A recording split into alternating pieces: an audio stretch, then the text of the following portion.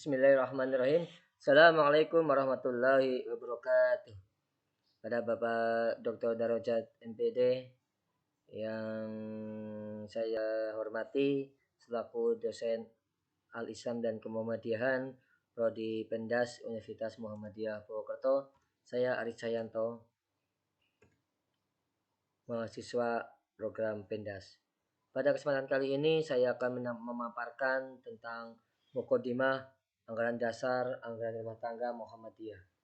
Yang pertama adalah pendahuluan bahwasanya Muhammadiyah merupakan suatu organisasi masyarakat yang tertua di Indonesia. Tentunya untuk ADART itu sudah lengkap sampai dengan hal yang kompleks. Kemudian pemikiran-pemikiran persyarikatan yang menjadi gerak Muhammadiyah itu disistematisasi dari pemikiran Kiai Haji Ahmad Dahlan oleh Ki Bagus Gadikusumo dan koleganya sejak 1945. Pada Tanwir 1951, Muqaddimah ini disahkan setelah disempurnakan oleh tim beranggotakan Profesor Farid Ma'ruf, Mr. Kasman Singo Dimejo, Buya Hamka, dan Zain Jambek. Selanjutnya Muqaddimah Anggaran Dasar Muhammadiyah. Itu ada 7 pokok. Yang pertama, hidup manusia harus berdasar tauhid. Ya harus tauhid. Semua yang kita serahkan kepada Allah Subhanahu wa taala. Kemudian yang kedua, hidup manusia itu harus bermasyarakat. Yang ketiga, bahwa hanya hukum Allah yang dapat dijadikan sendi untuk membentuk pribadi, utama dalam mengatur ketertiban hidup bersama. Dalam menuju hidup bahagia yang hakiki di dunia wal akhirah. Kemudian yang keempat, berjuang menegakkan dan menjunjung tinggi agama Islam untuk mewujudkan masyarakat Islam yang sebenar-benarnya.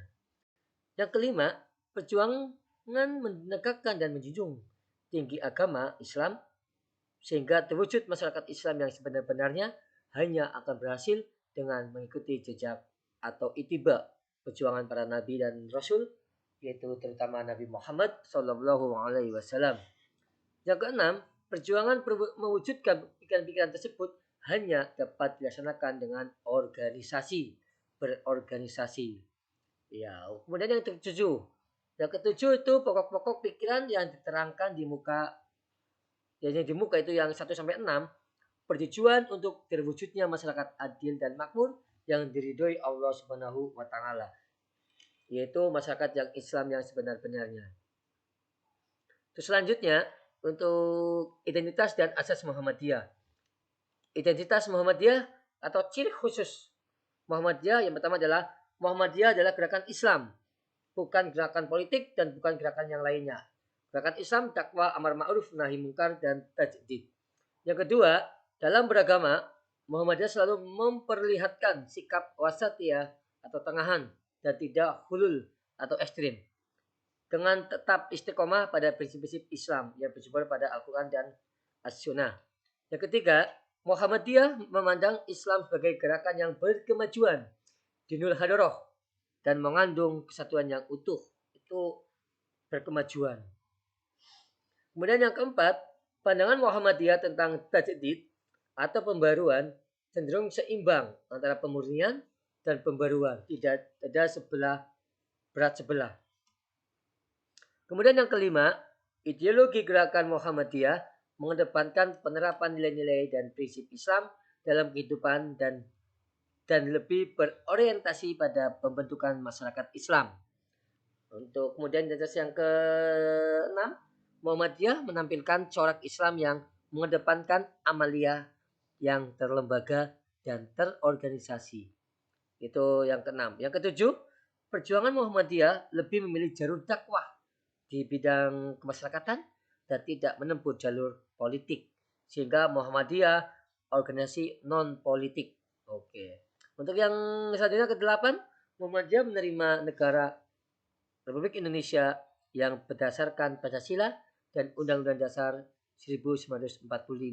Sehingga Muhammadiyah mengakui bahwa NKRI ada dan Muhammadiyah merupakan bagian dari NKRI. Kemudian ke-9, dalam memposisikan diri di hadapan negara, Muhammadiyah senantiasa mengembangkan sifat amar ma'ruf nahi mungkar. Dalam makna memberikan dukungan pada yang positif dan memberi kritik dan saran pada kebijakan-kebijakan pemerintah yang tidak baik ataupun negatif. Kemudian keanggotaan Muhammadiyah itu ada 3. Yang pertama, anggota biasa, anggota luar biasa, dan anggota kehormatan. Ini diatur dalam Anggaran Dasar Muhammadiyah bab 4 pasal 8 ayat 1. Kemudian anggota biasa, apa itu? Siapa dia yang bisa mendapatkan anggota biasa? Siapa yang termasuk? Yang pertama, warga negara Indonesia beragama Islam tentunya. Laki-laki atau perempuan berumur minimal 17 tahun atau sudah menikah. Menyetujui maksud dan tujuan Muhammadiyah. Bersedia mendukung melaksanakan usaha-usaha Muhammadiyah. Mendaftarkan diri dan membayar uang pangkal untuk penggantian proses pembuatan kartu tanda anggota. Yang kedua, anggota luar biasa. Inilah seorang bukan warga negara Indonesia atau warga negara asing beragama Islam, setuju dengan maksud dan tujuan Muhammadiyah, serta bersedia mendukung amal usaha Muhammadiyah. Yang ketiga, anggota kehormatan. Ialah seseorang yang beragama Islam, berjasa terhadap Muhammadiyah, dan atau karena kewibawaan dan keahliannya diperlukan dan bersedia membantu Muhammadiyah. Itu adalah keanggotaan Muhammadiyah ada 3. Terus selanjutnya, keorganisasian Muhammadiyah. Susunan dan penetapan organisasi diatur dalam Anggaran Dasar Muhammadiyah bab 5 pasal 9. Ada beberapa, yang pertama adalah ranting, cabang, daerah, wilayah, dan pusat. Ranting dijelaskan dalam Anggaran Rumah Tangga Muhammadiyah.